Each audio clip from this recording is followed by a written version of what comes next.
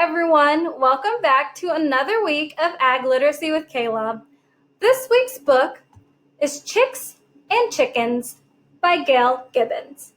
I would like to say before I jump into the book reading that this book is kind of similar to All in Just One Cookie.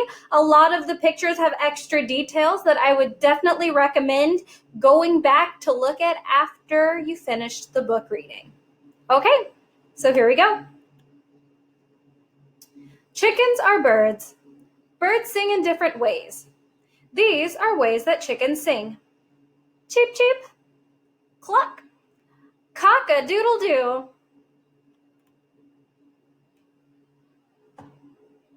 Differences between chicks, hens, and roosters. I will give you guys a chance to go back and look at this slide on your own time. Chickens evolved from wild jungle fowl in Southeast Asia. They can't fly great distances because their wings are too weak. People probably began to tame wild fowl for their eggs and meat during prehistoric times. Stories from China tell of people raising chickens about 4,000 years ago. Today, many chickens are raised on farms. They lay eggs that people eat. Others are raised for their meat. There are about 113 different breeds of chickens. A few chickens are raised as pets. Some chickens are entered in contests. Roosters are more colorful than hens. Most breeds are named for the area where they were first developed. Depending on its breed, an adult chicken may weigh between 4 pounds and 10 pounds. Chickens are always pecking and scratching at the ground, eating a little at a time. On small farms, some owners let their chickens roam. They hunt for seeds, small plants, fruits, berries, insects, and worms. Because these chickens are able to move about freely, they are called free-range chickens. On large chicken farms, where chickens are raised in pens or cages, the owners feed the chickens chicken food. The chickens are always able to drink from waterers.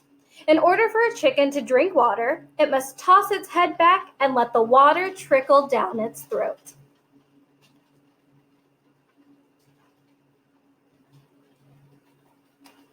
Chickens don't have teeth to chew their food.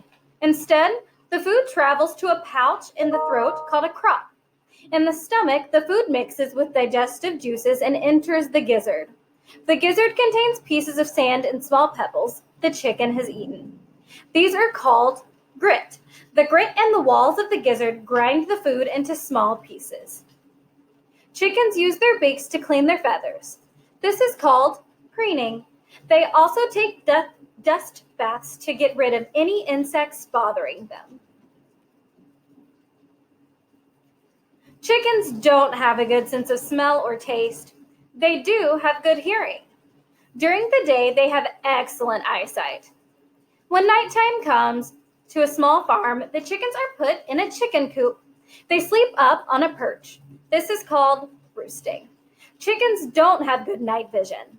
Instead, inside their coop, they are safe from any nighttime enemies such as weasels, foxes, and raccoons. Chickens prefer to be together in small groups called flocks. The leader pecks at the other chickens to let them know who is boss. That chicken is the head of the pecking order. Cock-a-doodle-doo. This sound is often heard at dawn and in the evening. The sound, called crowing, is made by a rooster. A rooster usually watches over and protects a group of 12 to 20 hens. Roosters don't like other roosters and often fight each other. Many farmers raise hens to lay eggs. Some breeds of hens lay white eggs. Others lay brown eggs. A few breeds lay green or blue eggs. A hen usually lays no more than 1 egg a day. Here is how it happens. Step 1. Egg cells travel from the ovary to the oviduct. 2. Albumin the white fluid found inside an egg is created in the oviduct. 3. The thin lining found inside an eggshell forms around the albumen. 4. The shell forms. Step 5. The hen lays her egg. From beginning to end, this process takes about 24 hours. Eggs should be gathered from the nest in the chicken coop twice a day. This makes the hens want to keep laying eggs. During the winter, in cold climates, hens stop laying eggs until springtime. A rooster does not need to mate with a hen for her to lay eggs.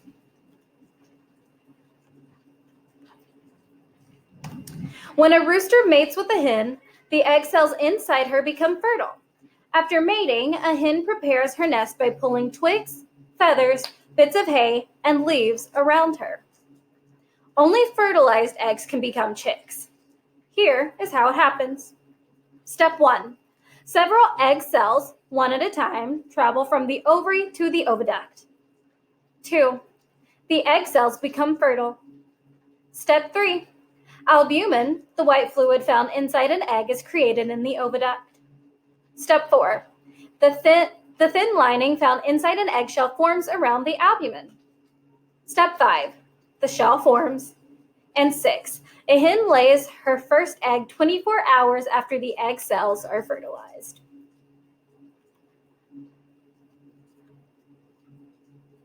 Each day, the hen lays another egg. Usually, there are 6 to 20 eggs. Any group of eggs in a nest is called a clutch. After the hen has laid all her eggs, she sits on them gently, turning the eggs over now and then, keeping them warm all over. Warming the eggs is called incubation. The mother hen incubates her eggs for about 3 weeks. During this time, a chick is growing inside each egg.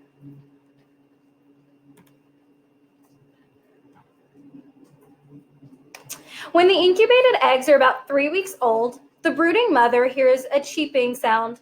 The eggshells of one of the eggs begins to crack. A chick, using its egg tooth, a sharp part of its beak, is breaking out of its shell. The other eggs begin to hatch too. At first, the chicks are wet and sticky. They are very tired. Soon, they are dry and have fluffy yellow feathers called down. They become stronger. They can see and hear and begin to move about. The chicks make a cheeping sound to let their mother know where they are. The mother hen clucks and drops food in front of them. Chicks can eat the same food as their mothers.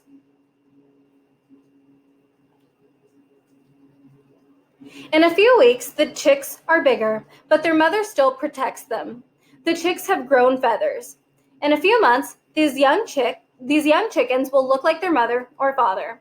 A female chicken will be able to lay her first eggs when she is about 5 months old. Female chickens less than 6 months old are called pullets. After that, they are called hens. Male chickens less than a year old are called cockerels. After that, they are called roosters. There are more than 10 billion chickens in the world. The end. Next, I have a couple more slides. These are actual pages from the book that just give you a little more information about the industry. So this page goes over gathering eggs on small farms, as well as gathering eggs on large farms. The next page shows how chickens are raised on a large-scale farm for their meat instead of their eggs. Then the final page has some additional facts, and it's just called Chicken Tracks. So whenever you have time, go back and take a look at this slide as well. I hope you enjoyed our journey through the chicken industry. I have the link on the slide, and I will also put it down below. This will take you directly to the New York Ag in the Classroom website. So this activity set just kind of has a bunch of different activities, from labeling the different parts of an egg, the different parts of a chicken. I believe there were a few coloring pages. So I would go check that out. I do have a copy that I could scan and email to you at the office as well, whatever is easiest for you. I just want to go ahead and throw out there that our organization also does a incubation and embryology program. So we have a guy that we will give you his number too. You'll reach out to him directly about how many eggs you would like. And then from us, you would rent an incubator. There is a $10 fee, but you will get refunded this amount when you return the incubator back to our office.